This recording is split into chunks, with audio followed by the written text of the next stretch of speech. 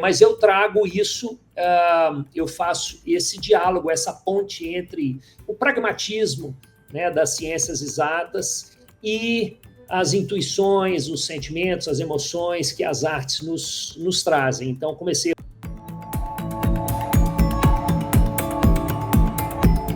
essas nossas viagens, estudos, pesquisas, as origens, etc., a gente acabou também sendo pioneiro e introduziu no Brasil algumas danças que aqui ainda não existiam. Então, na década de 1990, a gente trouxe para cá, por exemplo, a salsa cubana com a roda de cassino, a gente trouxe o swing norte-americano, o Lindy Hop, a gente trouxe a bachata, que hoje são danças já muito conhecidas aqui no Brasil.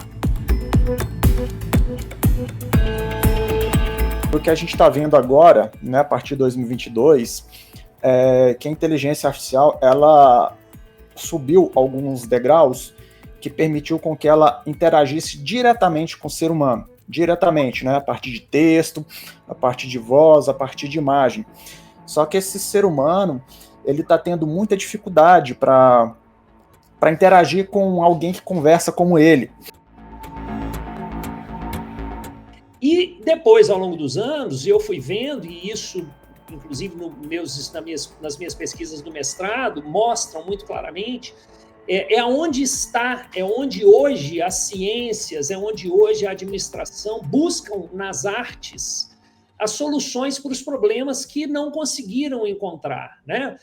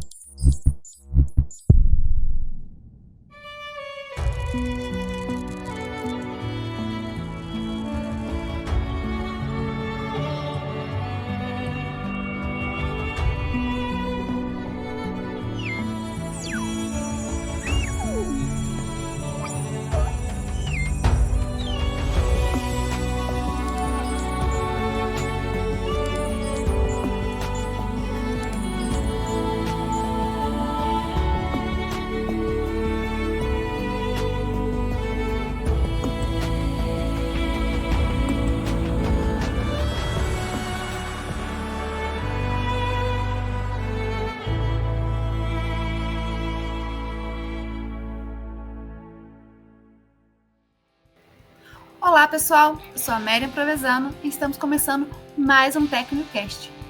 Hoje vamos falar sobre conexões inesperadas, mas extremamente potentes. Arte, tecnologia e inteligência artificial. Como a arte inspira a ciência? Como a IA está exigindo que os humanos reflitam mais profundamente sobre si próprios, sobre suas escolhas e o mundo que constroem? E por que o corpo, o movimento e as expressões podem e devem fazer parte da criação de soluções inovadoras? E para essa conversa, vamos receber hoje dois convidados que representam exatamente essa interseção entre criatividade e tecnologia. De um lado, nosso CTO e fundador aqui da Tecno, Gibran Raul, com quem já estamos acostumados a explorar os limites da IA e das neurociências. E do outro, um nome que é referência internacional quando o assunto é arte em movimento, Jomar Mesquita, professor, coreógrafo, bailarino e diretor da Mimos Escola de Dança, uma companhia premiada e que desenvolveu uma linguagem única na dança A2. Bem, Jomar, Gibran, sejam bem-vindos. Jomar, é uma honra te receber aqui. E para começar esse bate-papo, queria te convidar a contar um pouquinho da sua história, da sua trajetória, como surgiu a Mimos, e como a dança se transformou em uma ferramenta de expressão, inovação, até mesmo de transformação dentro e fora do palco. Conta pra gente um pouquinho da sua experiência, a palavra é sua. Bom, primeiramente, muito obrigado, é um grande prazer estar aqui conversando com vocês, com o Gibran, que é uma pessoa que eu sempre admirei muito, em vários sentidos, E falar sobre esse tema, para mim, é sempre um prazer. Eu adoro falar sobre esse tema que tem a ver com a minha vida, tem a ver com a minha trajetória, né?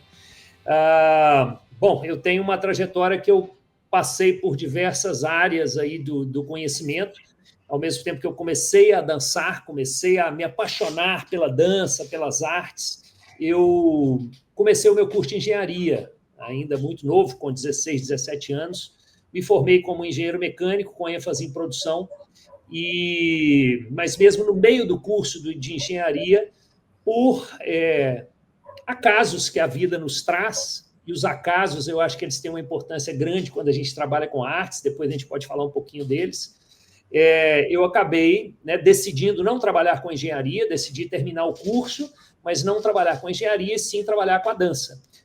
Meus pais tinham suas outras profissões também, minha mãe psicóloga, pedagoga, com um trabalho grande, inclusive pioneiro no Brasil em criatividade, com criatividade profissional, e meu pai com uma formação em direito, mas trabalhando numa grande empresa de transportes na época, tinha uma dança como um hobby, como diversão, como lazer, eram apaixonados pela dança e decidiram montar uma escola de dança que foi, naquele momento, a primeira escola especializada em danças de salão de Minas Gerais, com a fundação da Mimulus Escola de Dança em 1990.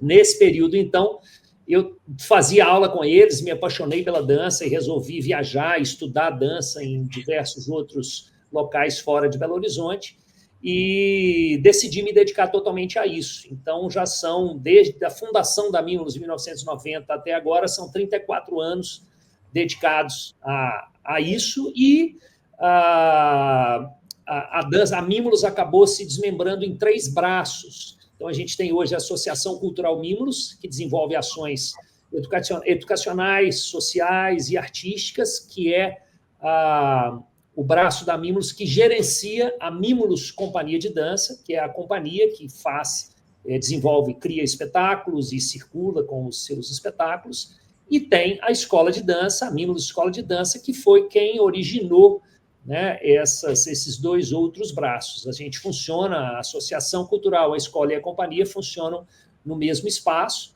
e ao longo desses anos, então, a gente desenvolveu uma nova linguagem artística baseada nas danças de salão, e eu procurei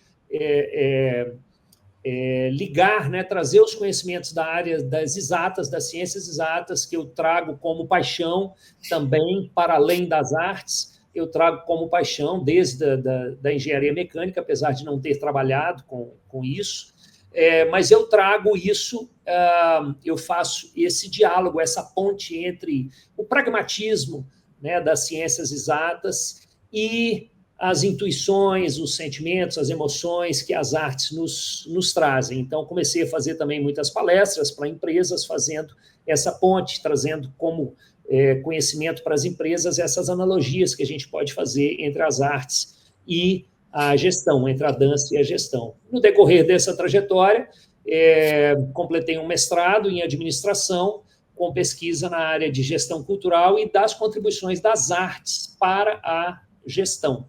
Então, eu venho das ciências exatas, tenho um longo percurso aí nas ciências humanas, nas artes, passando pelas ciências sociais aí com esse mestrado em administração, e agora pretendo desenvolver um doutorado, fazer uma pesquisa de doutorado na área de artes, e inclusive falando, né, pesquisando essa trajetória, essas novas linguagens, esse caminho que a gente percorreu ao longo desses anos.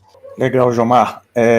E até aproveitando, né, acho que você não vai lembrar disso não, mas a gente se conheceu foi em 2006, então ano que vem vou completar 20 anos. Legal. Já, né, que eu fui lá na Mimulus pela primeira vez. E até aproveitando, né, antes da gente entrar em alguns outros temas interessantes também, para o público que não está muito familiarizado com a dança, conta um pouco aí do pioneirismo, aí, alguns pioneirismos, né, que a Mimulus trouxe para o Brasil. Acho legal o pessoal conhecer um pouco esse lado. Sim. Bom, a Mimulus começou um trabalho voltado para as danças de salão, uma escola de danças de salão, sem muitas pretensões naquele momento. Era um espaço basicamente montado pelos meus pais com o objetivo de encontrar os amigos, de praticar a paixão deles, que eram as danças de salão. No entanto, a minha mãe sempre muito empreendedora, meus pais sempre muito criativos e com uma inquietude que a arte nos proporciona também, né? A gente acabou a gente acabou montando um grupo que se tornou a Mimulus Companhia de Dança. Isso foi em 1992, quando surgiu o primeiro grupo, que foi o embrião da companhia. E com a companhia, desde aquele momento, o nosso objetivo era fazer algo diferente do que normalmente é feito com as danças de salão. Criar de uma forma diferente, experimentar, tomar essa matéria-prima que é tão rica que as danças de salão nos proporcionam, para criar algo diferente do que normalmente a gente via, né, e que me incomodava muito, assim, esse lugar comum, como que a gente poderia fugir desses estereótipos. E com esse objetivo, a gente acabou, ao longo dos anos, hoje a gente é considerado, né, eu só repito aqui, né, o que os críticos acabaram falando sobre o nosso trabalho, o que os pesquisadores acabaram falando, que a Mimulus, então, com esse objetivo, acabou criando uma nova linguagem artística, tendo como base as danças de salão, e que algumas pessoas hoje consideram como dança contemporânea, outras pessoas continuam considerando como dança de salão. Em algum momento dessa trajetória teve gente que chamou de dança de salão contemporânea. Eu costumo dizer que essa definição, esse rótulo é o que menos importa. Fato é que a gente faz dança, a gente cria dança, tendo como base as danças de salão tradicionais, só que a gente desconstrói essas danças de salão de uma maneira própria, que a gente foi descobrindo, que a gente foi desenvolvendo ao longo dos anos, para chegar nessa linguagem diferente, né, que fica nesse limiar, fica nessa fronteira entre as danças contemporâneas e as danças de salão. Nesse percurso, como a gente viajou muito, né, buscando aí, aprendendo as origens, as fontes de todas essas danças de salão, que são muito diversas, né, que têm origens aí em Cuba, nos Estados Unidos, na Argentina, em diversos, né, na Europa, enfim. Nessas nossas viagens, estudos, pesquisas, as origens, etc., a gente acabou também sendo pioneiro e introduziu no Brasil algumas danças que aqui ainda não existiam. Então, na década de 1990, a gente trouxe para cá, por exemplo, a salsa cubana com a roda de cassino, a gente trouxe o swing norte-americano, o Lindy Hop, a gente trouxe a bachata, que hoje são danças já muito conhecidas aqui no Brasil e em todo o mundo, mas na época aqui no Brasil não eram conhecidas. Então, a gente acabou sendo pioneiro nesses sentidos e se tornando referência em criação de espetáculos, né? Criação, composição coreográfica, tendo como base as danças A2. Legal. E uma outra coisa interessante, Omar, é o seguinte, eu imagino que você percorrendo aí, né, você está quando a gente vive em áreas distintas, parece que às vezes parece que você está até em outro planeta, né, então você, dentro do mundo, né, da equipe, quando você viaja, treinar bailarinos, né, vai treinar em São Paulo, treina o pessoal, se não me engano, de Santa Catarina também, né, de vez em quando, você vai treinar a turma, então você está ali no mundo ali das artes, no mundo da criatividade, e aí, ao mesmo tempo, se te chamam para ir num ambiente corporativo, ou interagir com outro perfil de profissional, eu imagino que você deve, muitas vezes, visualizar um degrau muito grande entre a forma de pensar entre essas duas áreas, né, como se elas fossem desconectadas, né, e não houvesse conexão. Mas, ao mesmo tempo, o que eu vejo ultimamente com o avanço da tecnologia, e a gente que trabalha com inteligência artificial, a inteligência artificial, antes dela ser popularizada, ela existia, mas ela interagia com máquinas, né? Então você criava modelos matemáticos de inteligência artificial para comandar máquinas ou para colocar números em telas, interagia pouquíssimo com os seres humanos. E o que a gente está vendo agora, né, a partir de 2022, que a inteligência artificial ela subiu alguns degraus que permitiu com que ela interagisse diretamente com o ser humano, diretamente, né, a partir de texto, a partir de voz, a partir de imagem. Só que esse ser humano, ele está tendo muita dificuldade para para interagir com alguém que conversa como ele. E isso eu me deparo isso direto, né? Todo dia eu me deparo com essa dificuldade com clientes, com as pessoas em geral, tendo dificuldade de interagir com a máquina, sendo que agora a máquina está conseguindo se comunicar melhor, né, com o humano. E a dificuldade que eu vejo nisso, né, é que me parece que ao longo dessa adaptação para o mercado de trabalho, para o mercado corporativo, as pessoas perderam um pouco a habilidade do questionamento, da visão crítica, do raciocínio, que muitas vezes quando a máquina tenta interagir, texto, para quem usa o ChatGPT ou outras ferramentas, né, a máquina fala uma solução ali, a pessoa às vezes ela fecha o olho e segue aquilo e não questiona se aquilo está certo, e muitas vezes não é nem porque ela não teve instrução ou não é capaz de questionar, é porque ela não está acostumada a lidar com esse processo de questionamento. E aí, trazendo para a área artística, né, principalmente para a inovação que você trouxe a dança, que você via a dança de salão como igual, né, a forma das pessoas apresentarem era sempre repetir movimentos, e aí você fez um processo de desconstrução, ou seja, você só fez esse processo porque você foi um dos poucos que questionou, né? Qual que é a sua visão sobre isso, né? Sobre essa habilidade do artista de questionar e, ao mesmo tempo, a dificuldade de outros profissionais que não trabalham com artes ficarem limitados, né, ao não questionamento. Maravilha, são muitos pontos instigantes aí nos quais você tocou, eu até anotei aqui algumas coisas, né? Em algum momento da sua fala, eu me lembrei de um episódio na minha carreira, quando eu, ainda no início da década de 1990, fazendo aulas de dança, como que foi cruel para mim essa transição entre a maneira de raciocinar, a maneira de aprender, a cabeça das ciências exatas e a cabeça das ciências humanas, mais especificamente das artes, em que eu buscava, de repente eu me dei conta que eu estava buscando nos meus professores de dança respostas exatas para as minhas questões, para as minhas perguntas. Então, às vezes, numa aula de dança, eu perguntava, né, mas se eu fizer isso, a minha parceira, então, vai responder com esse movimento. E eu sempre tinha respostas que me incomodavam muito, que eram assim, depende. E eu falava, poxa, mas depende de quê? Depende da música, depende do momento, depende dela, depende do espaço, depende disso.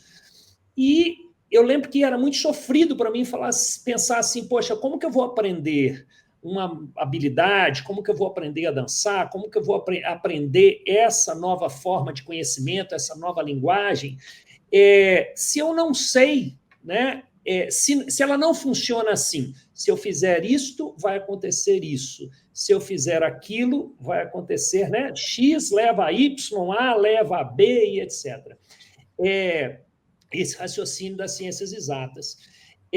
No entanto, eu descobri que era exatamente aí, né, era exatamente nesse ponto, né, de não ter respostas exatas, que estava o fascínio desse novo conhecimento que eu estava me abrindo para aprender. E depois, ao longo dos anos, eu fui vendo, e isso, inclusive, nas minhas pesquisas do mestrado, mostram muito claramente, onde hoje as ciências, onde hoje a administração buscam nas artes as soluções para os problemas que não conseguiram encontrar, né? Para superar assim, os novos paradigmas aí que a gestão ou que as ciências enfrentam.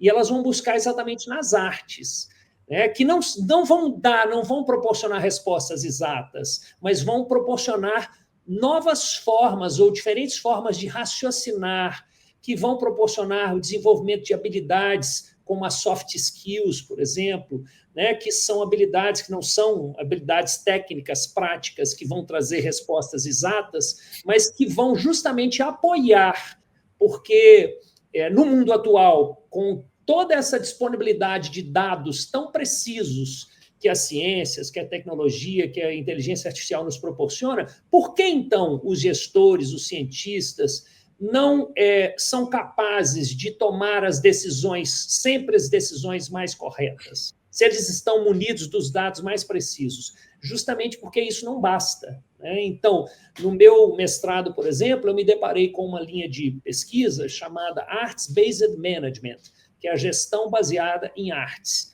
E aí eu extrapolo esses conhecimentos que a gestão baseada em artes proporcionam para a área da administração, eu extrapolo isso para quaisquer outras áreas das ciências em geral, né? Então, tem um autor, por exemplo, se não me engano, eu não guardo muito nomes, mas, se não me engano, Taylor e Ledkin, são 2 autores, que eles falam que existem 3 maneiras de você dar sentido ao mundo.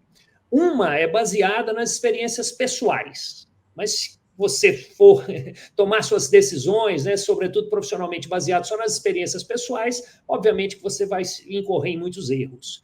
Uma segunda maneira de você dar sentido ao mundo seria baseado nas ciências, no raciocínio analítico, né? Nisso que a gente está falando aqui das ciências exatas. Só que está cada vez mais claro que isso não basta. Se isso bastasse, como eu disse antes, né, a gente estava num mundo perfeito hoje em dia, com o desenvolvimento tecnológico que a gente tem.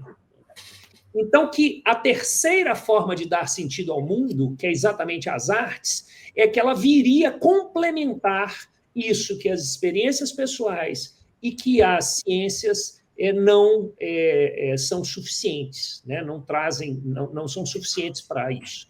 Tem um outro autor, só me estendendo um pouquinho mais, se não me engano, o nome dele é Hope, ele fala o seguinte, ele diz que a história ela consegue abarcar bem, lidar bem com o passado, obviamente. As ciências, ela trabalha com o presente, trazendo respostas, estudos, pesquisas para o presente. Mas que sem as artes, elas vão lidar exatamente com o futuro, sem as artes também a gente não consegue desenvolver. Por que as artes lidariam com o futuro? Porque nas artes estão aonde as respostas para a criatividade, para o desenvolvimento da criatividade e de inovação. E que, então, para a gente ter melhores resultados, seja na tecnologia, nas ciências, na administração, a gente precisa realmente desenvolver o que as artes, só as artes são capazes de desenvolver, que é a intuição, que é a imaginação, que são as emoções, os sentimentos, que é a criatividade, etc. E você, Gibran, qual que é a sua relação com a dança, com as artes? Compartilhe com a gente um pouco também. Então, eu sempre gostei de artes, né? Desde pequeno. Eu lembro que minha irmã fazia aula de artes na escola, aí ela chegou com um tapete, aqueles tapetes que você... Esqueci como é que chama, de tiar, né? Que a professora explicou para ela como é que fazia. Aí eu fiquei a noite toda desenhando ali, criando alguns tapetes em cima daquilo ali. Eu achava a parte mais legal que eu gostava na escola era a parte relacionada a artes, porque eu poderia pensar com um pouco mais de liberdade, né? Pelo menos era o que eu enxergava naquela época lá. E a dança surgiu para mim, eu sempre quis conhecer a dança, mas a dança A2 ela surgiu a partir de uns amigos meus que estavam fazendo aula na Mimulus, aula particular, e aí uma amiga ela convidou eu e mais um colega para a gente ir assistir a aula particular, né? E aí eu vi, né, ela fazendo uma aula particular de salsa cubana, né, que o Jomar falou que a Mimulus trouxe para o Brasil, que inclusive é uma das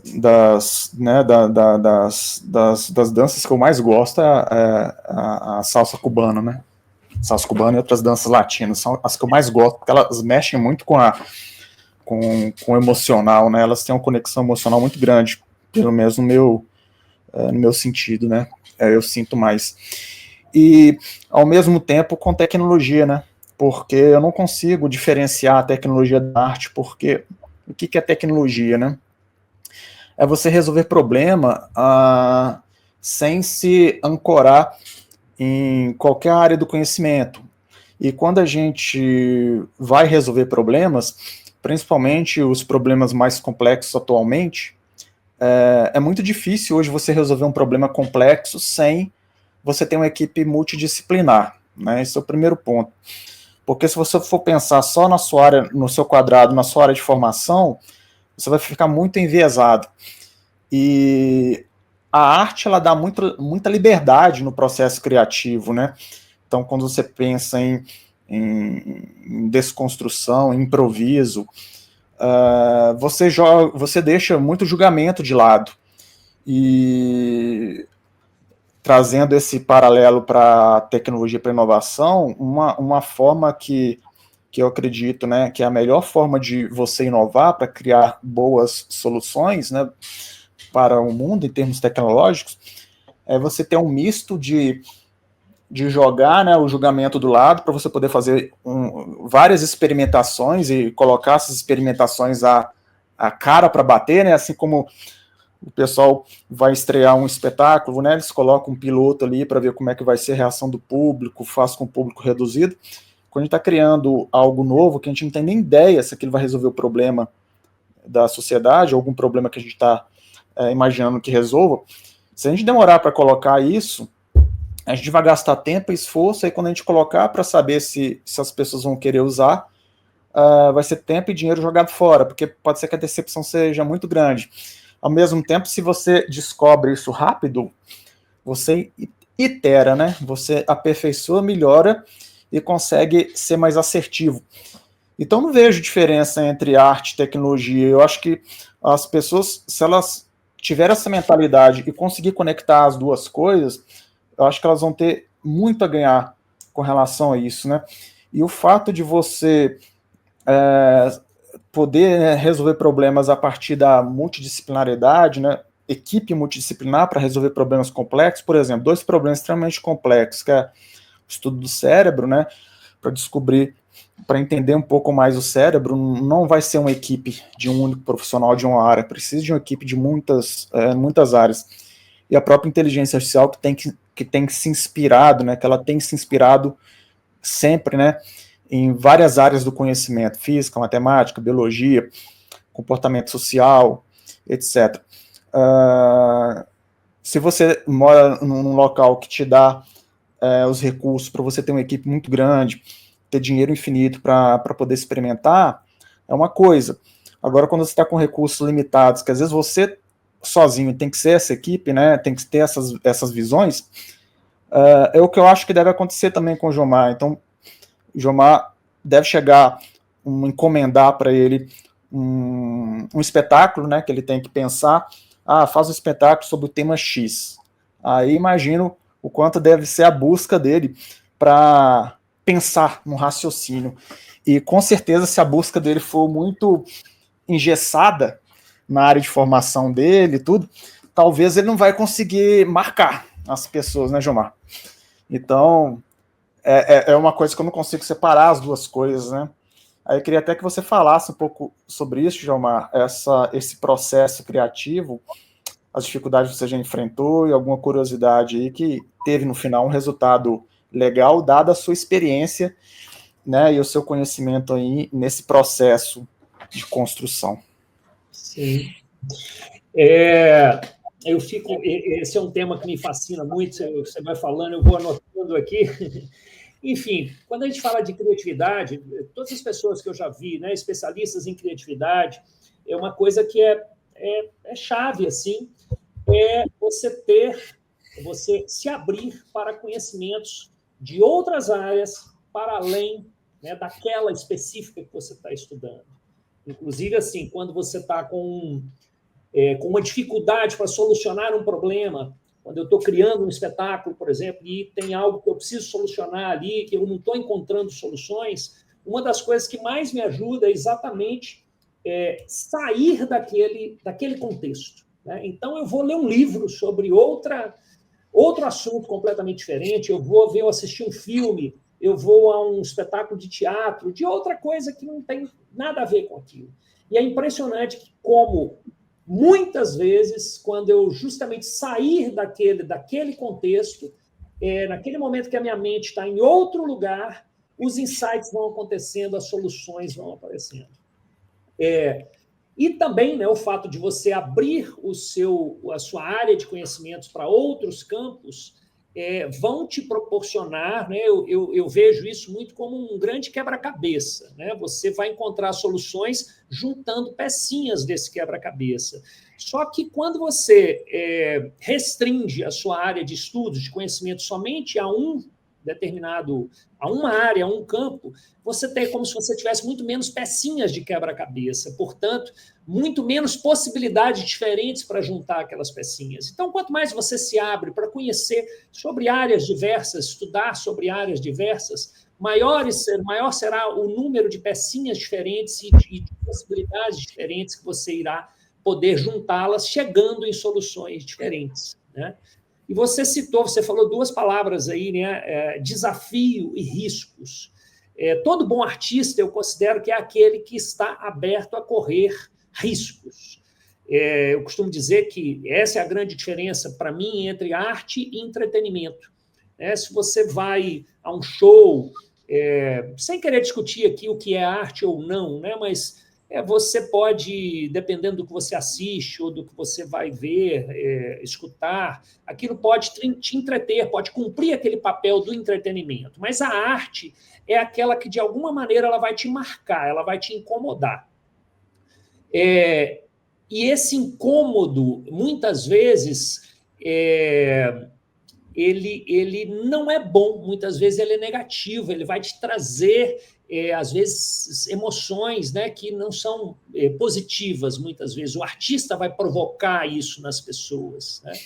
E o artista ele tem que ter essa coragem de correr risco, ele tem que ter essa coragem de se desafiar, até mesmo como o Gibran disse, quando você se propõe ou quando alguém te pede para criar um espetáculo sobre um determinado tema, que você, às vezes, não tem conhecimento algum, mas que você vai ter que se propor, se desafiar a pesquisar, a entrar naquele novo mundo para criar algo a partir daquilo. Então, quando eu me proponho a criar um novo espetáculo, primeiro, assim, o que eu digo é que eu nunca sei onde eu vou chegar, mas eu sei exatamente onde eu não quero chegar, que é no lugar comum, que é no mesmo. Então, eu quero chegar em algo diferente. E se aquilo, no final das contas, aquele resultado, ele vai simplesmente arrancar aplausos das pessoas, parabéns, sorrisos, não é o que me satisfaz, eu não acho que é o que satisfaz um grande artista. O que satisfaz um grande artista é se aquele resultado ele vai realmente causar esse incômodo nas pessoas, vai fazê-las refletir de alguma maneira. E quando você se propõe a correr esse risco, significa o quê? Você pode, no final das contas, você se proponha, no final das contas, a não somente arrancar aplausos e sorrisos e parabéns daqueles que estão te assistindo, mas você se propõe ao quê? Correr o risco dessas pessoas se levantarem, gritarem bravo, pedirem bis, né? Ou seja, ficarem marcadas realmente, quererem conhecer outras novidades do seu trabalho. Mas, ao mesmo tempo, você corre o risco daquelas pessoas acharem péssimo, né? Delas, poxa, né? Não gostei, não quero mais assistir a essa companhia, esse artista, mas isso também é marcar. Isso assim, foi assim porque as incomodou de alguma forma. Então, esse é o risco que o verdadeiro artista se propõe a correr. Para que você possa, no final de um espetáculo, arrancar bravos, bis e gritos de quero mais da plateia, você também precisa correr o risco de que algumas pessoas, ou de que talvez uma parcela grande daquela plateia, nem queira assistir até o final, se levante e saia porque, poxa, eu não gostei disso. Mas é um risco que vale a pena, e eu acho que é um risco muito parecido, como o Gibran falou, que ele não separa, né? Eu acho maravilhoso isso, assim, não separar a tecnologia da arte, as ciências das artes, porque eu vejo que é isso, né? Um grande cientista, alguém que lida com tecnologia, que quer inovar, ele precisa também estar aberto a correr esses riscos, né? A ter determinados fracassos, a cometer erros, mas ele só vai chegar em algo inovador se ele estiver aberto a correr esse risco, que é o mesmo risco, eu vejo que é o mesmo risco que os grandes artistas se propõem a correr. E até trazendo, assim, complementando um pouco do que os dois falaram, na fala do Gibran, ele falou que durante a escola, uma das disciplinas que ele mais gostava era aquelas relacionadas à arte, né? Pela possibilidade de pensar com liberdade.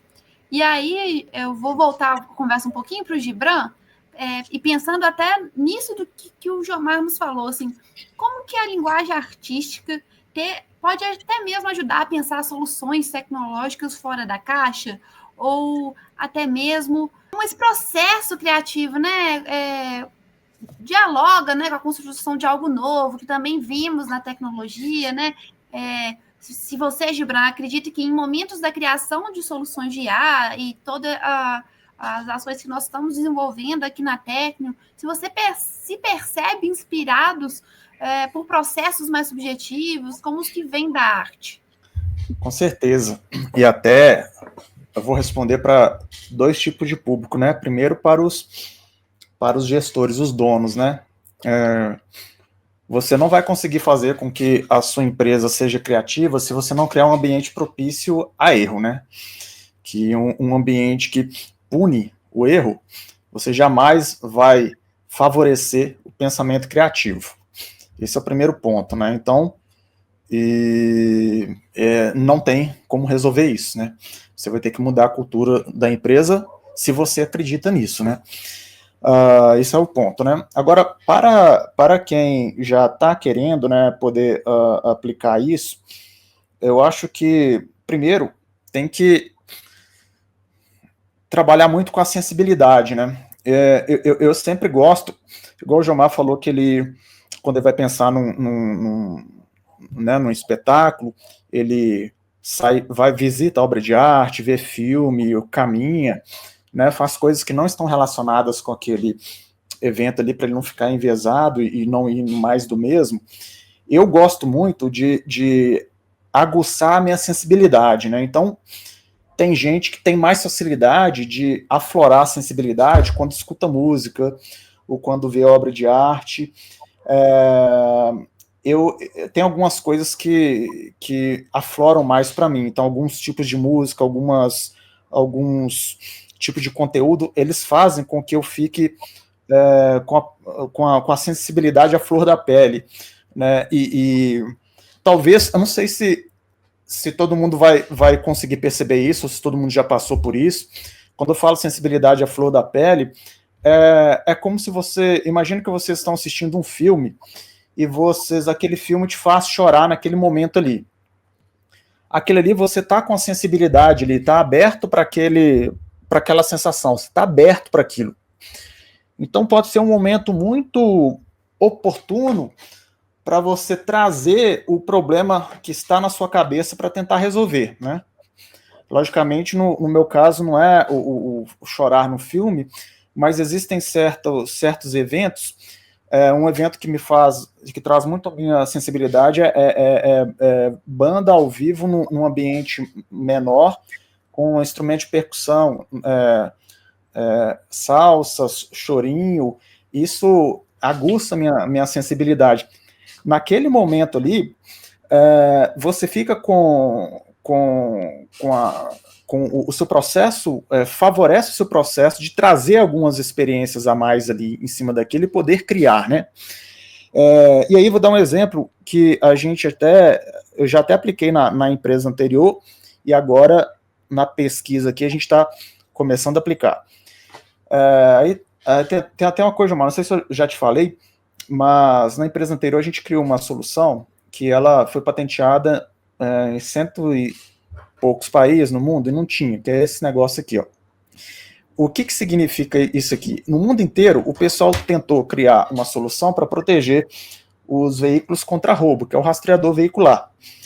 E só que nenhuma empresa conseguiu fazer um rastreador menor, com preço de custo menor do que $80. Eles tinham que fabricar coisas na China. Só que aí, quando você olhava dentro dessas empresas, olhava os engenheiros, eles tinham 30, 40 engenheiros quebrando a cabeça para aumentar o número de funcionalidades disso aqui e, ao mesmo tempo, abaixar o preço. Então, essas coisas não batem, né? Como que você acrescenta funcionalidades e tenta abaixar o preço? Não bate. Aí, me beneficiando aí dos ensinamentos aí do Jomar e da Mimos, tem o processo de desconstrução, né, coreográfica, que é você pega um bailarino, no balé clássico ali, aí você está muito certo, você está com a postura muito rígida, está muito certinho, entorta um pouco essas costas aí, faz um negócio um pouco errado aí, desequilibra aí, né, aí você acaba trazendo aquilo ali, humanizando aquilo ali. Aí, olha como que eu trouxe isso para a tecnologia aqui. Eu falei assim, beleza, eles estão querendo acrescentar 30 funções, e se eu tirar 29 e deixar só uma? Aí eu falei, beleza, vamos pensar isso, vamos tirar 29 e deixar só uma? Vamos, tirei 29, na raça mesmo, quis nem saber, tirei 29 e deixei só uma. Aí quando eu tirei 29 e deixei só uma, o pessoal falou assim, pô, Gibran, mas do jeito que você está fazendo, vai ficar muito frágil a solução. Quando você colocar no veículo, o bandido vai encontrar, vai bloquear, e aí não vai ter efeito, porque vai bloquear o seu sistema, não vai localizar o carro, porque tem muitas funções que elas são para proteger contra o bandido. Aí eu fui um pouco mais além e falei assim, e se eu tirar o bandido? E se não existe bandido? Resumindo, a nossa solução, ela trabalha sem a existência do bandido, porque a gente não trabalha para recuperar o carro de forma corretiva, ou seja, depois do roubo. A gente trabalha para evitar que o carro seja roubado, ou seja, não tem bandido. E simplesmente esse tipo de pensamento fez com que a solução, sem fabricar na China, ela ficasse por $10, fabricando 3, 4, 5 unidades no Brasil, sendo que eles precisaram de fabricar 100 mil unidades na China para ficar $80, como eu tirei 29 funcionalidades, ficou só uma. E a solução ficou muito simples, né? Muito simples mesmo. Então, isso aí é um ponto que é como que você olha com outros olhos, né, o problema. E aí, dentro da técnica aqui, a gente está com um desafio sobre como que você representa a informação, né? Como você representa os dados, representa a imagem, representa o áudio, representa o vídeo, de modo que você possa ocupar menos espaço no computador de armazenamento. Porque você conseguindo resolver esse problema, vai ser possível construir modelos de inteligência artificial cada vez mais poderosos, cada vez mais baratos e cada vez com maior impacto. Isso vai revolucionar, né? Então, isso é uma das formas de revolucionar a inteligência artificial no mundo, é você arrumar métodos de fazer com que os dados que você armazena, seja imagem, vídeo, o que for, ocuparem o menor espaço possível. E aí o que a gente está fazendo agora, olhando como que a natureza faz, né? E aí, observando como que o nosso cérebro faz, eu vi que existe um compressor de dados natural no cérebro humano que poucas pessoas se atentaram, que é a retina. Quando a gente olha para uma imagem, a imagem ela é estampada na retina, e a partir daí ela é codificada, mandada lá para a parte de trás do cérebro, ela é codificada. Esse processo entre a retina e a transdução para informações elétricas, para passar para ser processada lá no cérebro, é um estado de compressão extremamente eficiente, ou seja, a nossa retina e o nosso processo de captação de imagens é um processo extremamente eficiente em termos de manter a informação que interessa de uma imagem, de algo que você está vendo, ocupando o mínimo de espaço possível. Então, são coisas que para a gente avançar, a gente precisa sair um pouco da matemática e olhar um pouco para a natureza. E aí, o que é interessante é isso, né? Como que eu trabalharia, que equipe que eu formaria para trabalhar com isso? Eu poderia trazer um oftalmologista para a equipe, para trabalhar com inteligência artificial, e para trabalhar com compressão de dados. Falar, pô, Gibran, mas isso é algo matemático, isso é algo da computação.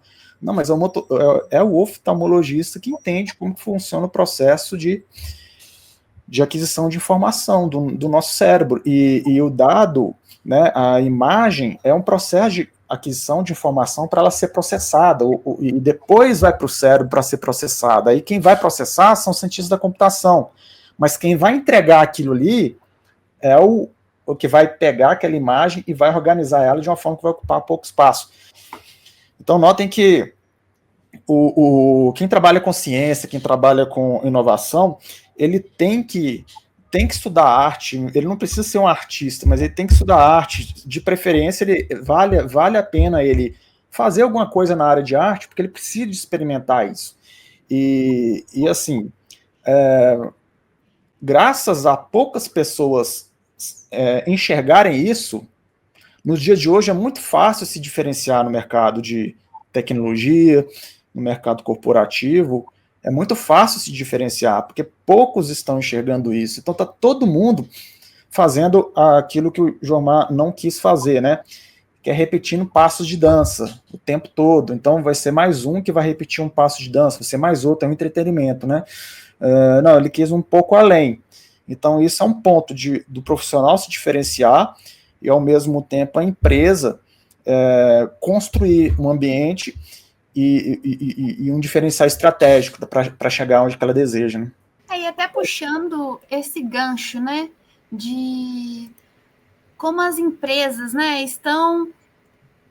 como que a linguagem do corpo tem ajudado a empresas e profissionais a saírem desses bloqueios criativos ou padrões limitantes, né? Você falou um pouco, né, Gibran, de que o erro muitas vezes não é visto como, claramente, né, não é algo positivo, mas é uma possibilidade dentro de quem quer inovar, de quem quer arriscar algo novo, igual o Jomar também nos falou.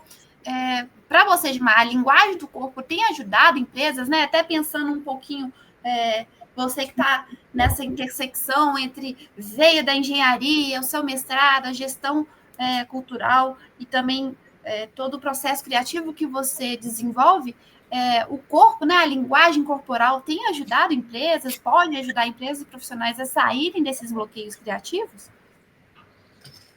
Bom, eu acho que a linguagem, não só a linguagem corporal, mas quaisquer linguagens artísticas ajudam e muito, né? Como o Gibran deu vários exemplos aí, e uma questão que eu acho que é fundamental, que permeia isso que a gente está falando, são as analogias, né? Quando a gente estuda processo criativo, o uso da analogia é uma das ferramentas mais eficientes para você inovar, para você encontrar soluções. Como assim usar a analogia? Né? É você transpor uma forma de fazer de um contexto para outro. Né? Então, basicamente isso, por exemplo, que eu utilizo quando eu vou levar para as empresas, quando eu vou falar de como a gente trabalha com a dança, como a gente trabalha com as artes, e para que eles possam fazer analogias, utilizar-se de analogias com a forma de se fazer na dança, a forma de se fazer nas artes, e transpor isso para o meio corporativo, por exemplo. Seja para gestão, seja para tecnologia, seja para inovação. Né? Então, quer dizer, se nesse contexto se faz dessa forma, então vamos fazer algo análogo no nosso outro contexto, que dessa forma a gente pode encontrar soluções. Né? E essas, tem duas outras questões que eu queria tocar aqui, que são muito importantes, que as artes, eu acho que elas estão muito, muito abertas a isso, que o Gibran tocou nesse ponto também, que é o acaso. E o acaso, você só está aberto para o que o acaso pode te trazer de soluções quando você está com a sua sensibilidade aguçada, né? Quando você realmente está atento ao que está à sua volta, aberto ao que o que está à sua volta pode te trazer, né? E quando eu falo de acaso, às vezes são as coisas mais simples, inclusive que o Gibran tocou aí, na simplicidade da solução que ele encontrou para essa tecnologia que ele desenvolveu, e foi exatamente a partir da simplicidade que trouxe, né, que era a virtude principal do equipamento ali. Então, até me lembrou um episódio que aconteceu comigo uma vez. Eu estava criando um espetáculo e eu tinha o seguinte problema a ser resolvido na época. Eu precisava de algo que pudesse ser entregue para o público em geral, Então, se eu tivesse num teatro ali com uma plateia de 2.000 pessoas, eu precisava de algo que cada uma dessas 2.000 pessoas recebessem na entrada do teatro e que, num momento do espetáculo, isso se tornasse um instrumento musical, entre aspas, e que aquelas pessoas, a plateia, pudesse participar do espetáculo tocando aquele instrumento musical. Então, era um problema complexo, porque, quer dizer, envolvia custos, porque eu precisava de algo barato, que fosse viável para distribuir para uma plateia enorme, às vezes numa turnê que você fosse fazer vários espetáculos e ter um público final, sei lá, de 30 mil, de 50 mil pessoas. Como é que eu ia? Tinha um problema de logística também, de custos de logística, como é que eu ia carregar esses 50 mil itens para distribuir para aquelas pessoas? Como que eu ia distribuir isso rapidamente na entrada ali?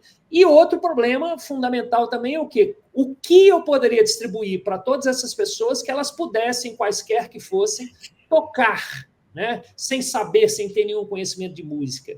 E eu fiquei convivendo com esse problema ali durante várias semanas, e essa questão do acaso e da simplicidade que eu estou falando, eu uso esse exemplo para falar sobre isso, que a solução veio exatamente no momento em que eu não estava focado no problema, eu fiz uma pausa no ensaio, eu fui para a cozinha para poder fazer um lanche e eu tinha levado uma fruta dentro de um saquinho plástico. E na hora que eu tirei essa fruta do saquinho plástico, que o saquinho plástico fez aquele barulho, né, de saco plástico, que muitas vezes é incômodo, inclusive, eu falei, poxa, está aqui na minha mão a solução.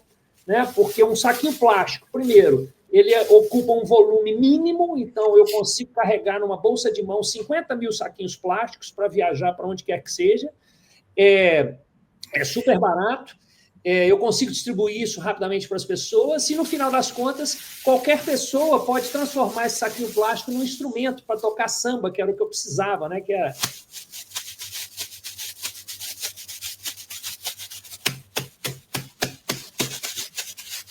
Então, isso eu acho assim, um grande exemplo de como que a gente encontra soluções, às vezes, a partir do acaso, mas que você só encontra se você estiver aberto para isso, se você aguçar a sua sensibilidade para aquilo, e que as melhores soluções estão exatamente na simplicidade. Né? Não adianta você querer desenvolver algo super tecnológico, que às vezes a solução ela vai estar ali na sua frente, mas você só vai encontrá-la se você estiver aberto para isso. Então, esse é um grande exemplo. Mas, voltando à questão do corpo que você citou antes, isso também é algo que a gente percebe que é uma grande queixa atualmente no mundo corporativo em geral, em quem trabalha com tecnologia, com uma tela de computador, né, a necessidade do bem-estar. Há pouco tempo, inclusive, eu fiz uma palestra na Fundação Dom Cabral em um evento que tratava exatamente do bem-estar nas organizações. E a gente falava exatamente disso, como que a dança é fundamental para levar, né, o movimento, não só a dança, o movimento corporal é fundamental para levar o bem-estar para quaisquer profissionais que sejam. E quando a gente associa o movimento, que é o que a dança faz, associa o movimento ao prazer, porque movimentar simplesmente por movimentar, ir a uma academia para fazer ginástica é uma coisa, mas quando o movimento está associado ao sensível, à emoção e ao prazer, né, que é o que a dança proporciona, aí é que você pode obter resultados muito mais satisfatórios. Na minha pesquisa de mestrado, por exemplo, teve uma das entrevistadas que ela disse isso, assim, ela falou, olha, me dê 20 minutos por dia, eu nem lembro se era por dia ou se por semana, me dê 20 minutos com esses profissionais para eu colocá-los em movimento, ao mesmo tempo que eles escutam música, ao mesmo tempo que eles têm o toque corporal uns com os outros, está o tempo inteiro associado movimento, com sentimento, com emoção, me dê 20 minutos com eles, que vocês vão ver o resultado que vocês vão conseguir. Né? Mas, infelizmente, muitas empresas ou pessoas que lidam com tecnologia ficam ainda muito focados no resultado a curto prazo.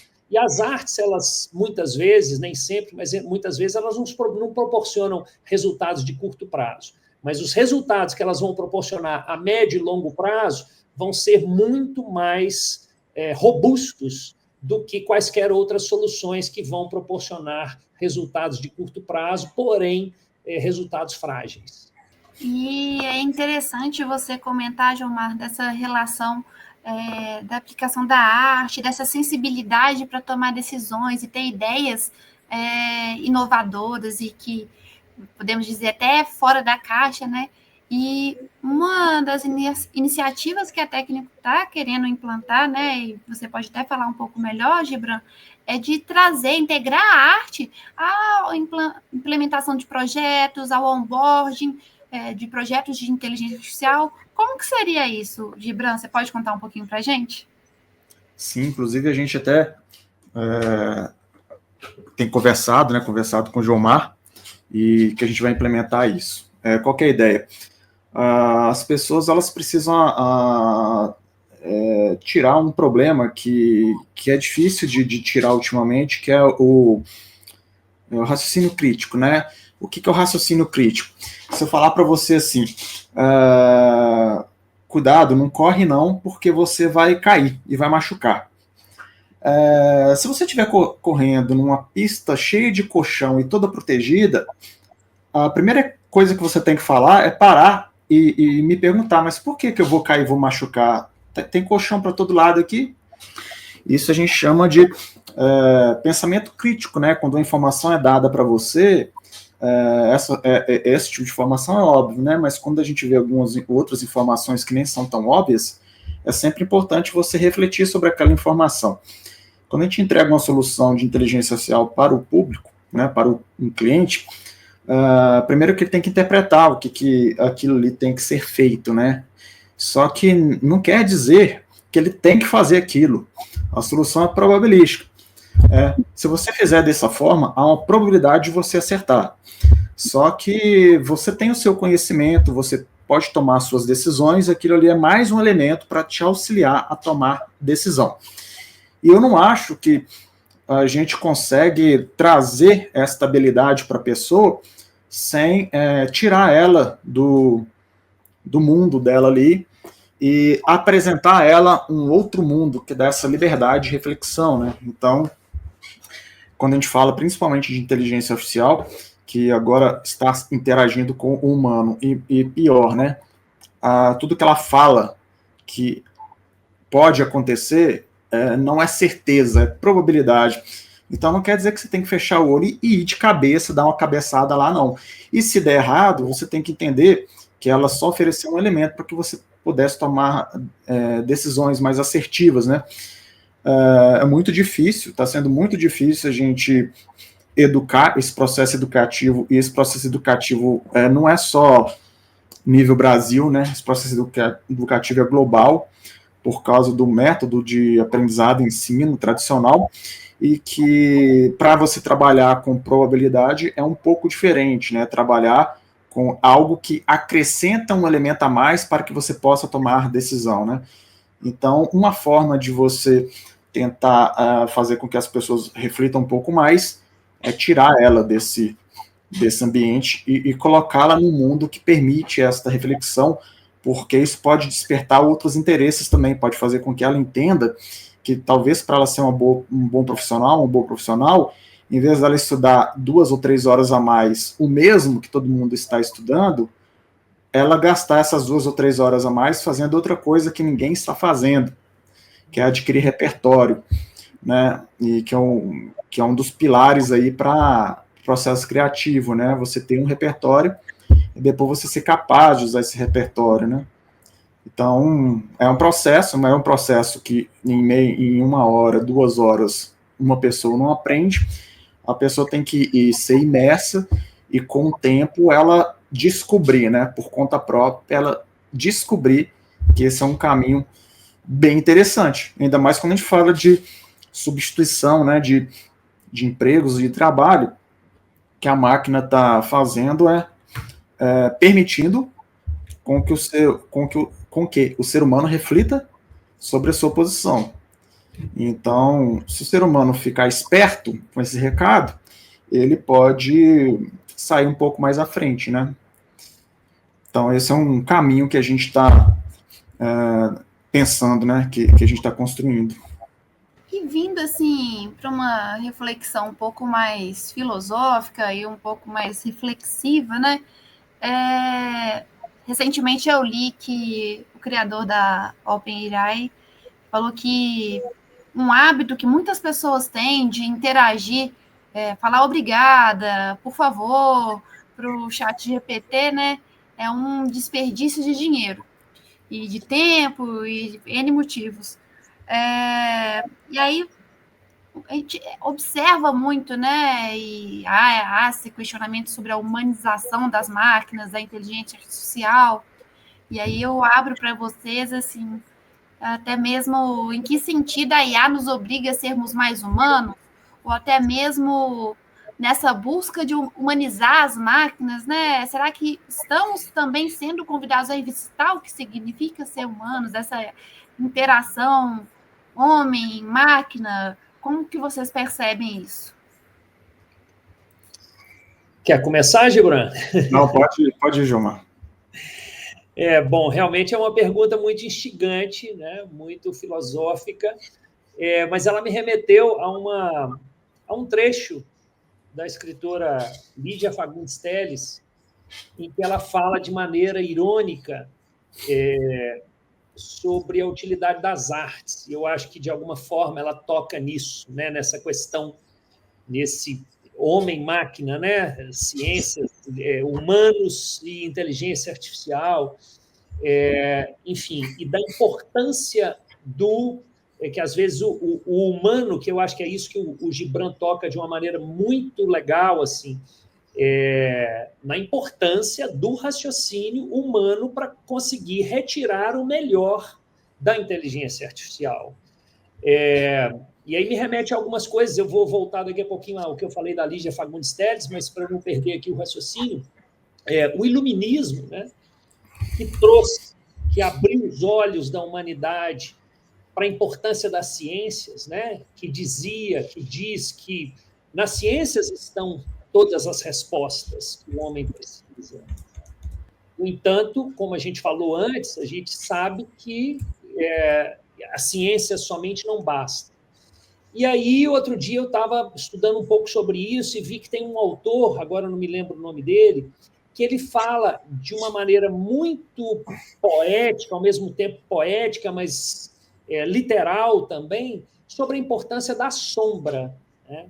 Que não basta a luz, que o iluminismo diz que a luz, né, o que vai iluminar os caminhos e trazer os conhecimentos e melhorar o mundo de uma maneira geral, as soluções estariam todas nas ciências. Mas esse autor diz da importância da sombra. E ele dá vários exemplos aí na história da humanidade em que a sombra, né, onde teoricamente não estaria nenhuma solução, nenhuma resposta, mas que ali que estava, muitas vezes, a resposta, a solução para os problemas. E, de alguma maneira, isso não deixa de ser óbvio, porque, né, não tem sombra se não tiver luz e vice-versa. Então, essa complementaridade entre as duas coisas, eu acho que falam muito disso que a gente está dizendo. Né? Homem, máquina, raciocínio humano, inteligência artificial. E, na verdade, o que eu acho que a gente tem que buscar é essa complementaridade. Né? É o iluminismo, é a luz que a ciência traz, mas sem deixar de valorizar, de buscar na sombra respostas, soluções também. E as artes, eu acho que, para mim, representam muito essa sombra, né? Então, isso que o Gibran fala, que a gente precisa ter um olhar crítico para as respostas que a máquina nos dá, eu acho que traduz muito isso que eu estou dizendo, né? Do iluminismo, da sombra, das artes complementando as ciências. Eu acho que a grande palavra é essa, assim, complementaridade. História, ciências e artes, né? Experiência pessoal, intuição, raciocínio analítico, mas também arte, né? O que a arte pode nos proporcionar de conhecimento. Tem um outro autor que fala de artes, ciências e ofícios, que se a gente não tiver baseado nesse tripé, nesse triângulo, a gente não chega no resultado ideal, né? Artes e ofícios sem ciências, fica faltando organização. Se a gente tiver artes e ciências sem os ofícios, fica faltando a experiência prática, o tangível. E se a gente tiver ciências e ofícios sem as artes, fica faltando inovação, criatividade. Ou seja, a gente está falando de complementaridade, né? Não é uma coisa ou outra, tem que ser uma coisa e outra. E voltando, então, agora ao que a Lígia Fagundes Telles traz nesse trecho, que é muito poético e irônico ao mesmo tempo, que eu vou até ler um pedacinho aqui para vocês, eu acho que é um pouco disso, assim, dessa importância das artes, né? Ela diz assim: é preciso amar o inútil, plantar roseiras sem pensar em colher rosas, escrever sem pensar em publicar, fazer coisas assim, sem esperar nada em troca. Aquela estrelinha nascendo ali, está vendo aquela estrelinha? Há milênios não tem feito nada, não guiou os reis magos, nem os pastores, nem os marinheiros perdidos. Ela apenas brilha. Ninguém repara nela porque é uma estrela inútil. Pois é preciso amar o inútil, porque no inútil está a beleza. Então, ela fala dessa maneira muito irônica sobre a suposta inutilidade das artes, ou do belo, ou do simples, mas é justamente nessa inutilidade que ela fala com tamanha ironia e tão inteligente ironia, que está o complemento para o que a gente precisa para chegar nas soluções que a gente busca. Exatamente. E o que está faltando é isso no ser humano, o autoconhecimento, dele entender que ele precisa ser completo, ele precisa praticar a sua completude, né? Então, nós não somos máquinas de calcular, né? Então, existem complementos que às vezes a gente deixa de lado, e pode parecer bobo, né, para quem está ouvindo, que a gente fala que é preciso ter raciocínio crítico para lidar com a máquina, pensamento crítico. Ouvindo, as pessoas falam assim, pô, mas isso é lógico, né? Só que na prática, o que a gente vê não é lógico. Por mais que as pessoas entendam que é lógico, elas continuam executando sem ter o pensamento crítico, e isso está integrado nela. É como se ela não tá tão treinada a fazer as coisas sem questionar, e por não estar acostumado a trabalhar com informações que não são certas, ela acha isso mais natural do que falar assim, pô, mas do caminho que você está pedindo para eu ir, eu acho que esse não é o melhor caminho, mas isso me ajudou a ir para um terceiro caminho que eu não estou pensando, que é essa complementariedade aí do Jomar, da luz e da sombra, né? Quando tem os dois trabalhando em conjunto, muitas vezes você pode seguir um terceiro caminho que a máquina sozinha não conseguiria, e o ser humano sozinho nem sempre consegue. Tanto que o que tem de novos planetas que estão sendo descobertos com auxílio dos físicos e da análise de dados dos telescópios, e o que tem de novos materiais que estão sendo descobertos, né, e criados, que não existem na natureza, estão sendo criados pela humanidade, materiais que podem gerar remédios, podem gerar equipamentos mais baratos, trazer maior segurança, próteses, etc., que antigamente era criado se descobria 1, 2, 3 por ano. Hoje, o último dado que eu tenho, esses já estão conseguindo descobrir mais de 50 mil novos materiais por ano, com o ser humano, né, trabalhando em conjunto com a máquina, né? O ser humano que sabe que precisa de encontrar um novo material, não é a máquina que sabe. Aí ele pede ajuda para ela, trabalha junto com ela, analisa criticamente o que ela gera, vê se aquilo que ela está gerando tem alguma utilidade, ajusta, corrige, e aí sim, os dois chegando num resultado final. Este ser humano, este profissional, é um profissional que falta. Esse profissional é muito difícil, você não aprende isso na universidade, não aprende isso na escola, e nem no mercado de trabalho você aprende, porque o que acontece é que o indivíduo ele é mais rápido do que o grupo.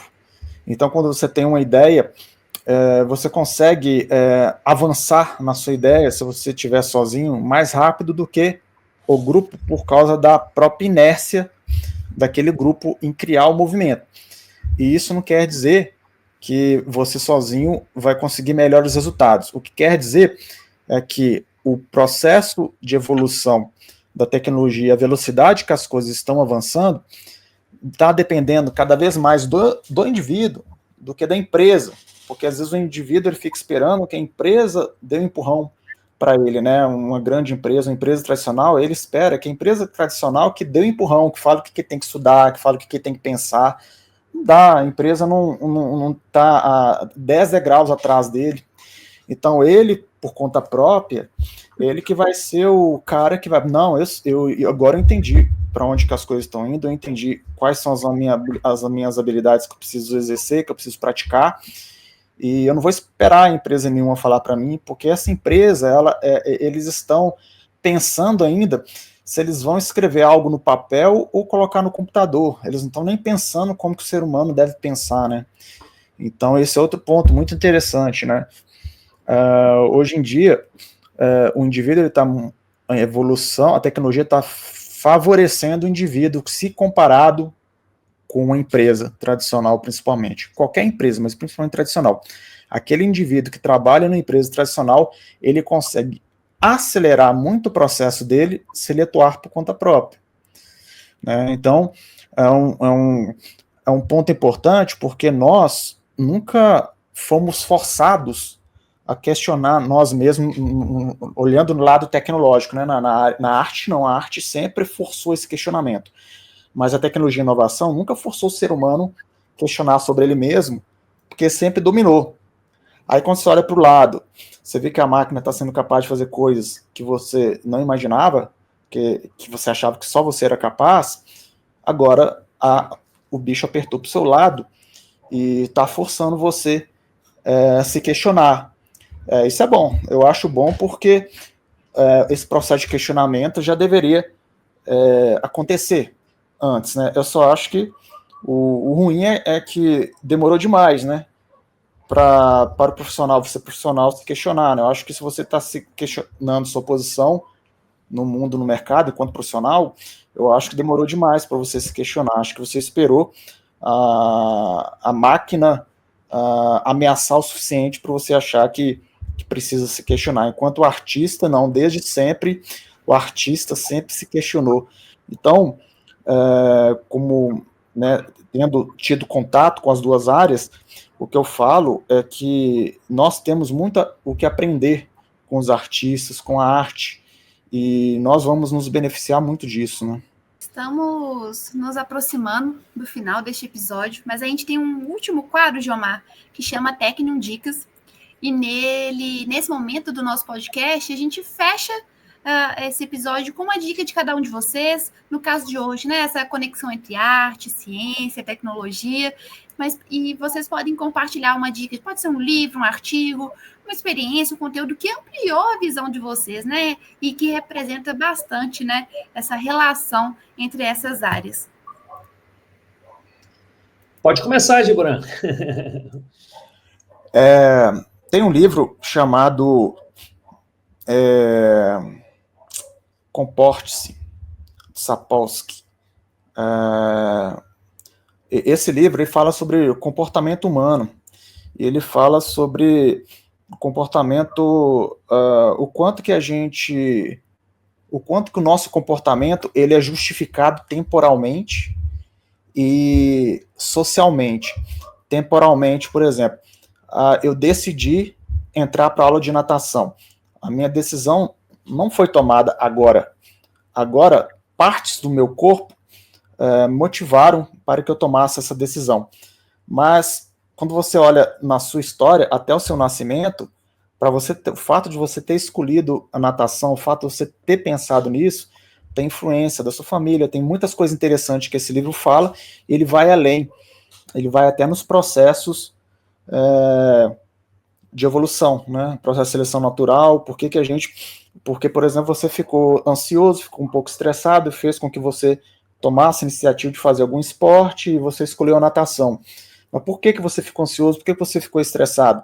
Por causa da história da evolução do ser humano, que em certas condições colocou esse ser humano estressado, e na sociedade que a gente vive hoje, isso está potencializando mais esse estresse, E aí, quando você vai ver o que te fez tomar a decisão para fazer aula de natação, a resposta não é simples. Você deveria perguntar quando, né? Você quer saber o justificativo de quando? Dos meus antepassados, do momento que estou vivendo, do país que eu vivo, ou da minha história de vida, porque dependendo da faixa de tempo que você for olhar para analisar, vai ter um justificativo. Esse livro é muito legal, porque quando você pensa nesse processo criativo, uma pessoa está mais ou menos aberta a cometer erros, mais ou menos aberta a buscar conhecimento, estar atenta, né, ter mais ou menos sensibilidade, tem muito a ver com todo o processo de vida dela. E esse livro traz uma visão que pode fazer com que a pessoa até reflita sobre e evolua no processo de autoconhecimento para potencializar, né, esse lado dela. Olha que interessante. O que eu fiquei pensando aqui em sugerir ao longo da fala do Gibran, como que como que coincidem as coisas, e que coincide também com, enfim, muita coisa que a gente falou. É um autor, assim, eu sou apaixonado por 2 livros dele. O nome dele, eu não sei se eu vou pronunciar corretamente, é Leonard Milodinov. Tem 2 livros dele que são muito conhecidos, pelo menos assim, fizeram muito sucesso quando eles foram lançados. Um chama O Andar do Bêbado e o outro se chama Subliminar. O Andar do Bêbado, ele fala muito sobre o acaso, a influência do acaso nas nossas vidas e como a gente tem pouca consciência disso. Fala muito também das questões matemáticas, probabilísticas, etc. E o segundo, ele fala basicamente do inconsciente, como que a gente tem a ilusão de que a gente está tomando as decisões baseadas em questões racionais, mas, na verdade, coincidentemente, como o Gibran trouxe, essas decisões elas vão muito além do nosso racional, né? Tem a ver com a nossa história de vida, com questões ancestrais, questões que vão muito além do nosso controle, como que a gente acha que tem controle, né, sobre as decisões que a gente está tomando, mas isso está muito mais profundo no nosso inconsciente. Então, eu acho que isso é muito pertinente ao contexto que a gente está falando aqui. A gente falou muito da questão do acaso, a gente falou muito dessa questão do sensível, do intuitivo, né? Que, para mim, se relaciona muito com essa questão do inconsciente. Então, eu acho esses 2 livros assim, fascinantes, quero, inclusive, relê-los, e coincide um pouco, quero conhecer esse que o Gibran citou. Inclusive, num desses livros, no Subliminar, ele fala exatamente disso que o Gibran citou, sobre essa capacidade da nossa retina de comprimir os dados. Caso contrário, nosso cérebro não seria capaz de armazenar tantos dados que as imagens nos trazem. Ele fala exatamente disso, desse processo também, desse funcionamento do cérebro. Achei muito legal essa coincidência assim, do que ele trouxe e do que eu tinha pensado.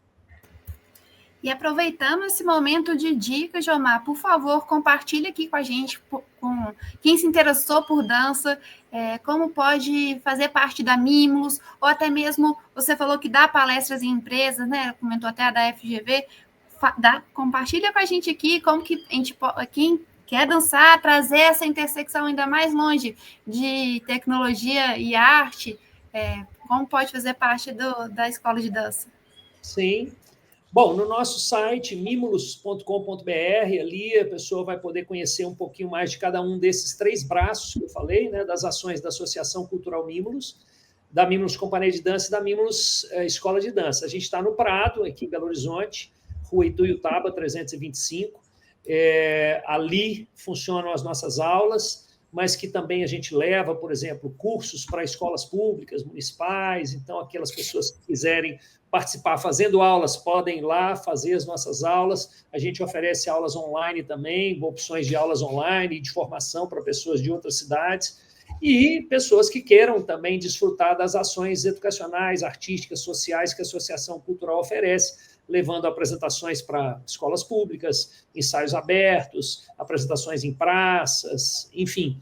Eu sugiro entrar no nosso site, conhecer um pouquinho mais, também seguir as nossas redes sociais, lembrando que são duas vertentes diferentes, da escola e da companhia. Então, por exemplo, no Instagram tem Mimulus Danca, que é o da escola, e Mimo Lucia Danca, que é da companhia, que, né, promovem ações aí complementares. Vai ser um prazer receber aqueles que estiverem interessados aí em se aproximar mais da dança e das suas possibilidades. Como você falou, as palestras que eu costumo ministrar para as empresas também, sigo sempre à disposição. É um prazer levar essas contribuições que a dança pode proporcionar para o meio corporativo, seja para o desenvolvimento da liderança, da comunicação, do planejamento estratégico, enfim, das várias habilidades que o mundo corporativo necessita e que a dança e as artes em geral podem contribuir muito.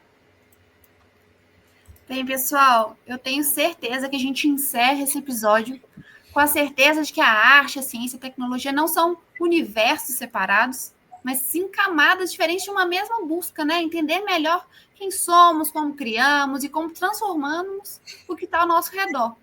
E eu só poderia agradecer a você, Jomar, pela presença aqui, Gibran, pela conversa inspiradora, pelas reflexões que, com certeza, né, para quem está acompanhando esse episódio, vai ecoar bastante ainda na nossa cabeça. Obrigado, agradeço aí, Jomar. Muito obrigado aí pela presença. Eu que agradeço muitíssimo e queria parabenizar vocês por esse interesse, né, essa inteligência em saber, né, dessa importância das artes para contribuir. Eu deixo aqui como uma última fala uma frase do poeta Manuel de Barros, que eu acho que representa muito isso que a gente está falando aqui. Ele disse o seguinte: o olho vê, a lembrança revê e a imaginação transvê. E é preciso transver o mundo. Eu acho que isso sintetiza, talvez, um pouco do que a gente está falando aqui, né? Da necessidade da gente transver o mundo. Muito obrigada, pessoal. O Tecnocast continua trazendo discussões que unem inteligência artificial, neurociências e inovação, sempre com um olhar humano e provocador. Se você curtiu esse episódio, siga a Tecno nas nossas redes sociais e acompanhe os próximos conteúdos. Até o próximo. Tchau, tchau.